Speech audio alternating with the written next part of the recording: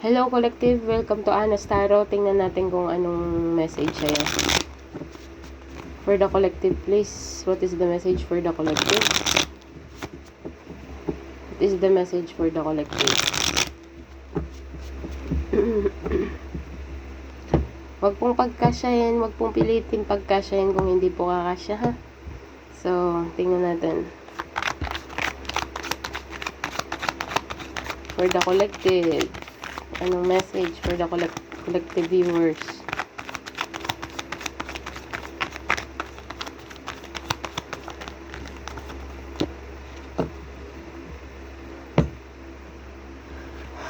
First card, Knight of Swords. Communication na wala sa hulog. So, tingnan natin collective kung sino to. The World card.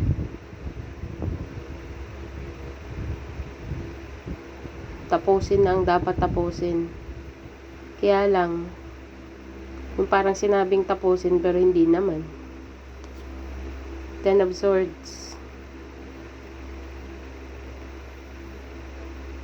Meron ditong nagsasalita ng tapos na ako sa'yo, tapos na tayo.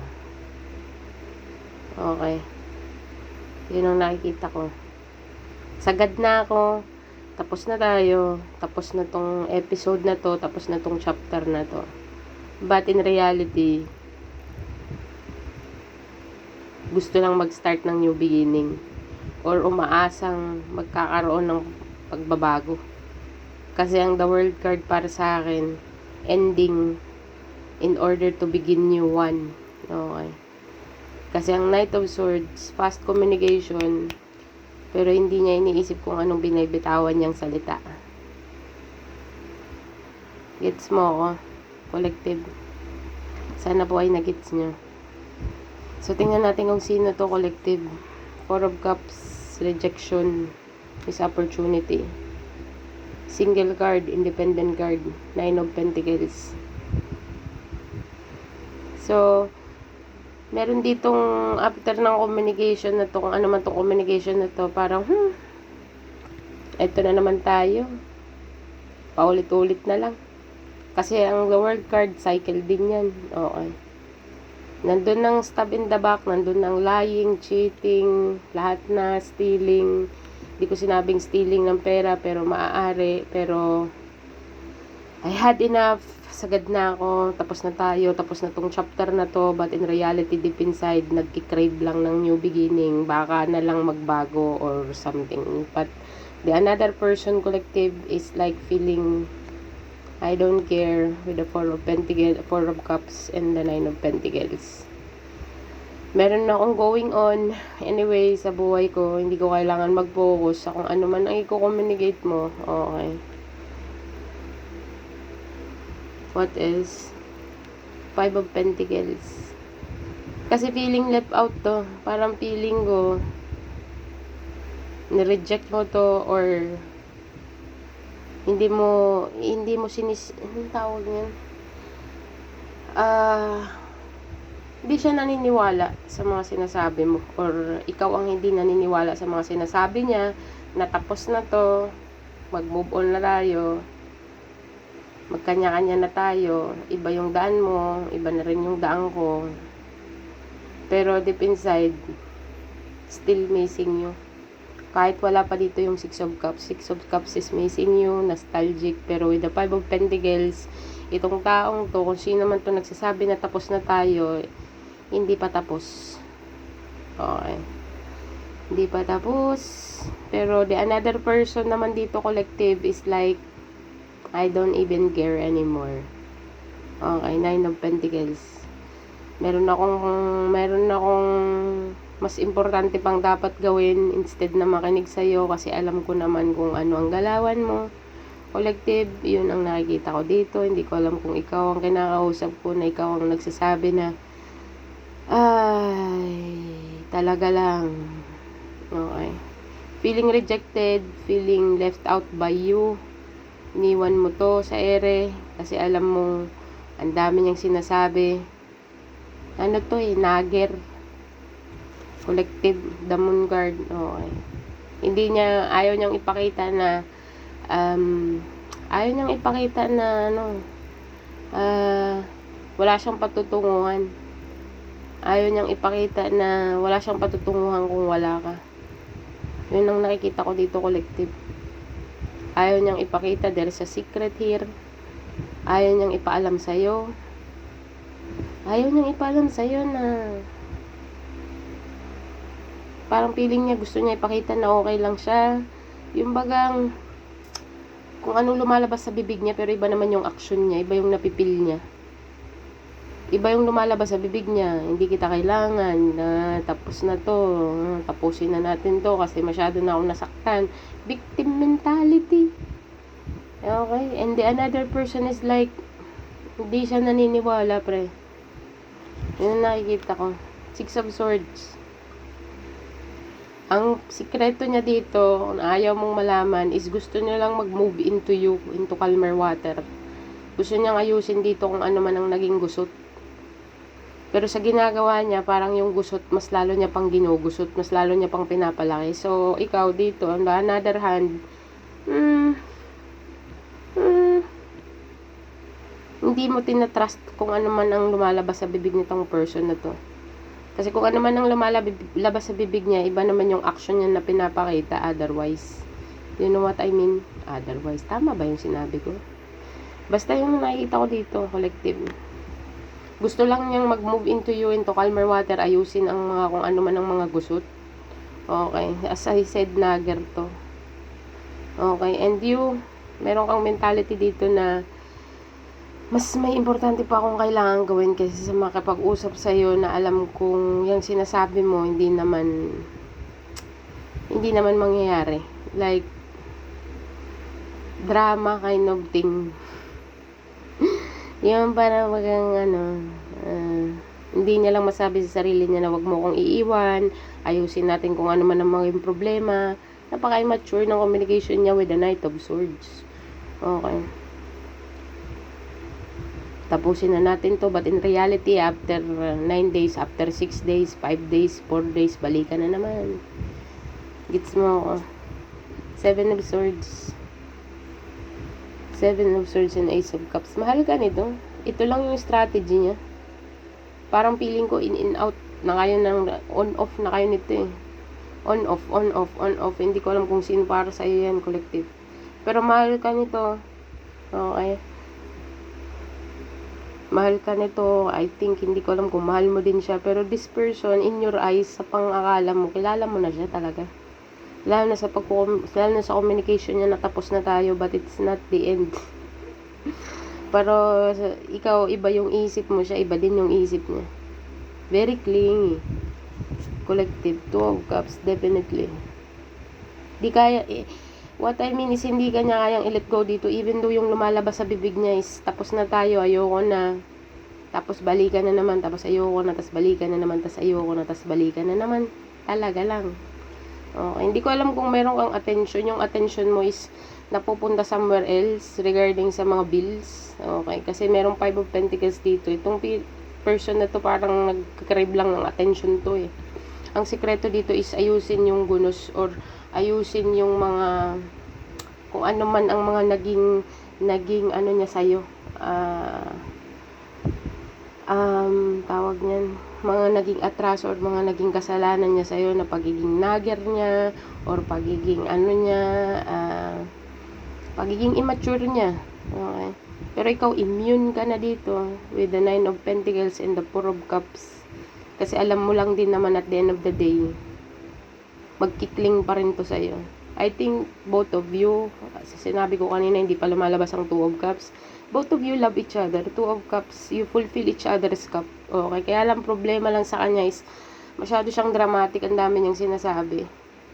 Okay, ang dami niyang sinasabi na this is the last.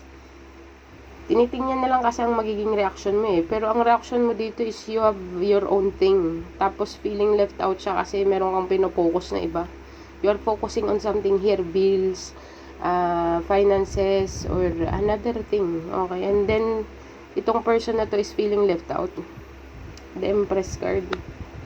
Hindi ko alam kung partner mo na to, or magiging partner mo pa lang, basta, kung sino ka man, itong person na to is like, ginagawa lang niya to out of sneakiness.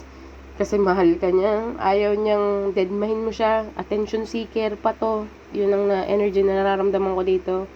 The more na meron kang inaasikaso dito, the more na nagdadrama tong taong to. Na gusto mong papansin. Or baka nawawalan ka na ng time, yun ang napipil niya. Nawawalan ka na ng time sa kanya. Collective. Okay. With the Temperance card, nakikita niya, bilib na bilib siya sa energy na pinapakita mo kasi you are very balanced even though na ginugulo ka niya dito mentally. You know what I mean? Pero ikaw, it's like, mas marami akong dapat asikasuhin. Mamaya na kita kakausapin kind of energy. But with the 8 of Wands and the Temperance card, 1 foot in, 1 foot out ka.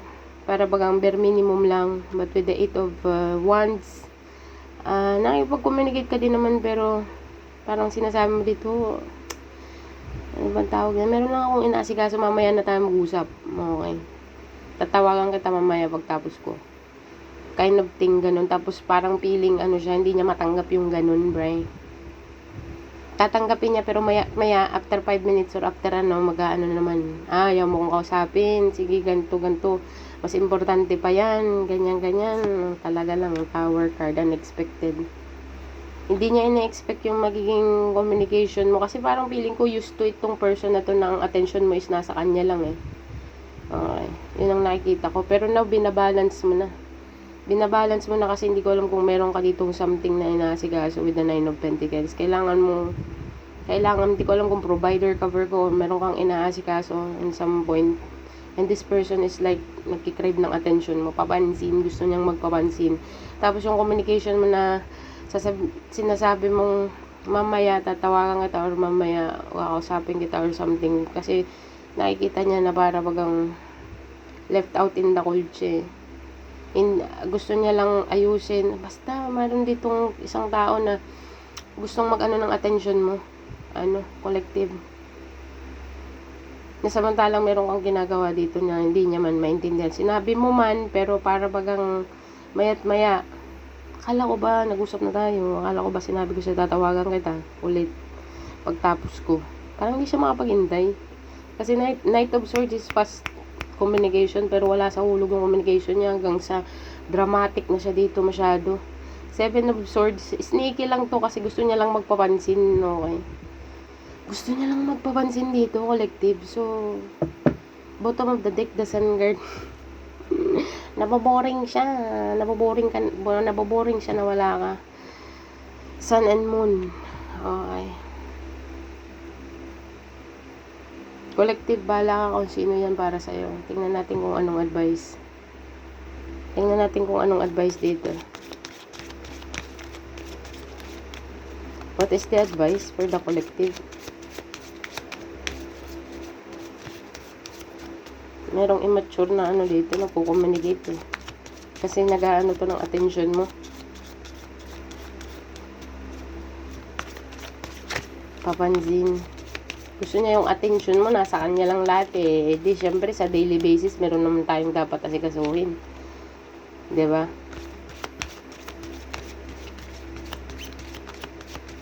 What is the advice for the collective, please? Advice. The Crumbling. Imrama. Ano ba tong Imrama? Where are you being called to journey to? Kaya nga, meron ka ditong inaasikaso something, baka meron kang basta importanteng inaasikaso. Okay, meron kang calling dito, meron kang journey, meron kang new ways or new idea. Okay.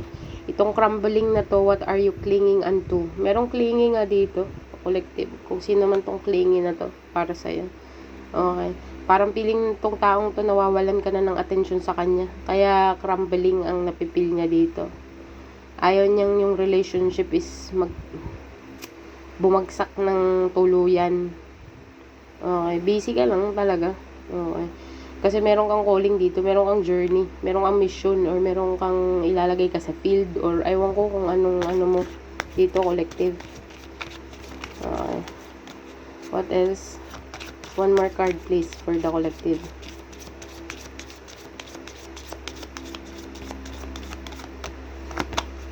Meron ka dito Sisterhood of the Rose, Beauty and Devotion, Priestess, Mystic, Teacher. So, hindi ko alam kung nasa service ka, community service, or nasa public eye ka. Council of Light, Divine Orchestration, Helpers in the subtle realm. So, yes, meron kang mission dito, collective, na kailangan mong gawin. Hindi ko alam kung community service, voluntary service. Okay, basta meron ka ditong dapat gawin. Okay. Meron ka ditong dapat gawin connected sa community or service or project. Ewan ko, basta meron ka ditong dapat asikasuhin. Okay. Sisterhood. Beauty and Devotion, hindi ko alam kung anong status mo sa buhay. Ano ka ba? Nurse ka ba? Ano ba? Ano bang mo? Volunteer ka ba? Frontliners ka ba? Mga ganong, kung hindi man, basta service lang, yung makatulong sa tao. Okay. Or basta in the public eye, nasa public. May kailangan ka lang ditong may calling ka dito. So, tingnan natin kung ano ang angel message number. Angel message number please for my collective. What is the angel message for my collective? Meron kang queen. Queen na nag-pass away. Mga older energy. Nasa kabilang buhay na. Okay. Grandma, I don't know, auntie. Basta nasa kabilang buhay. Isa to sa mga guardian angel mo, collective. So, 6 for king. Couple to, or maybe hindi man couple, pero baka lolo-lola mo. Kung hindi man couple, basta merong king din dito, older energy, masculine. Nasa kabilang buhay na silang mga guardian angel mo. Okay. Meron message dito. Google mo to, angel message number 6410. Collective 6410. Google mo yan siya. Bottom of the deck pala, the Sun Guard. Okay, the Sun Guard is the best card in the deck. Okay, nagpapasaya ka ng ibang tao. Okay. And itong taong to, yung happiness niya, ayaw niya ng may kaagaw na atensyon. Gusto niya siya lang. Okay. So, nagpapapansin siya sa iyo, collective. So, bahala ka po kung saan ka makaka-resonate dyan. Ang hindi po makaka-resonate, better luck next time po, okay? So, collective, yan lang po mayahain ko sa inyo. Thank you for being here, collective. Thank you for watching, and bye for now.